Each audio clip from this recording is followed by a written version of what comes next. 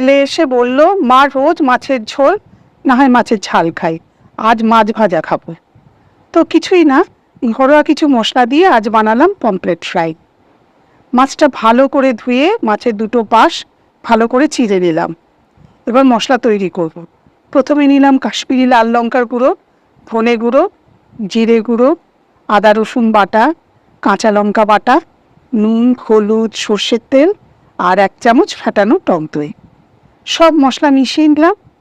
তারপর মাছের গায়ে ভালো করে মশলাটা মাখিয়ে 10 মিনিট ঢাকা দিয়ে রাখলাম। এরপর ফ্রাই প্যানে অল্প তেল দিয়ে মিডিয়াম ফ্লেমে মাছগুলো এপিট ওপিট করে ভেজে তুলে নিলাম। ছেলেকে ডেকে বললাম, গরম গরম খেয়ে যা,